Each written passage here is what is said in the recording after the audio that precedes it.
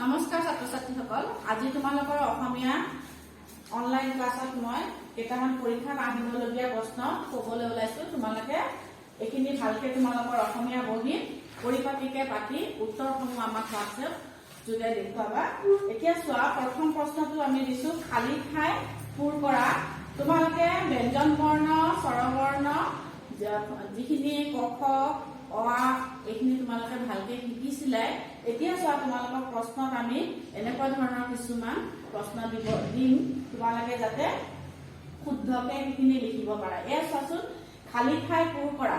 ইয়াত কৰ পিছত এটা খালী বাকচ আছে, তাৰপিছত গ। ইয়াত মাজত কি হ'ব বাৰু তোমালোকে জানাই নিশ্চয়। এই খালী ঠাইত তোমালোকে কি লিখিবা? এটা মই কৰি দিছো চোৱা, কৰ পিছত তোমালোকে কি লিখিব লাগিব? খ। কৰ পিছত তোমালোকে খ লিখিবা। তেনেকে চোৱা, এইটো খ নম্বৰটো প্ৰথম চ পিছত কি লিখিবা? দ্বিতীয় চ লিখিবা। তাৰপিছত এইটো বৰ্গীয় জটো দিয়াই আছে। তেনেকে গ, ঘ, ঙ, প্ৰথম চ, দ্বিতীয় চ, এইকেইটা তোমালোকে এই বাকচ কেইটা পুৰা কৰি পেলাই তোমালোকে পৰিপাটিকে তোমালোকৰ বহীত লিখিবা।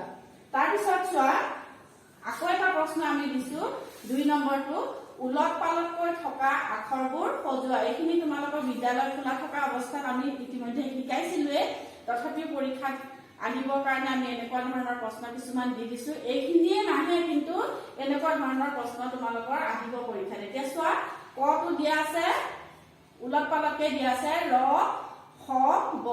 ৰ খ ব এইটো কিবা অৰ্থ শব্দ হল জানো? চোৱাচোন, ৰ খ ব একো শব্দ নহল। এইটো তোমালোকে শুদ্ধ কৰিব লাগিব। কি হব? প্ৰথমটো মই কৰি দিছো ব ৰ খ। এতিয়া চোৱা, ব ৰ খ, প্ৰথমটো হব ৰ খ ব, ব ৰ খ। এতিয়া তেনেকে খটো তে পু জ ৰ। টেপুজৰ নাম একো এনেকুৱা এইটো একো শব্দ হোৱাই নাই, এইটো ভুল হৈ আছে। সেইকাৰণে এইটো কি কৰিব লাগিব? তোমালোকে শুদ্ধকে লিখিব লাগিব।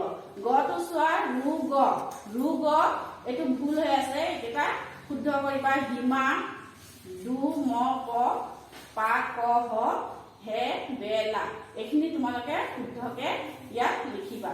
আৰু আজি অনলাইন ক্লাছ মই ইমানতে সমাপ্ত কৰিছো। ধন্যবাদ।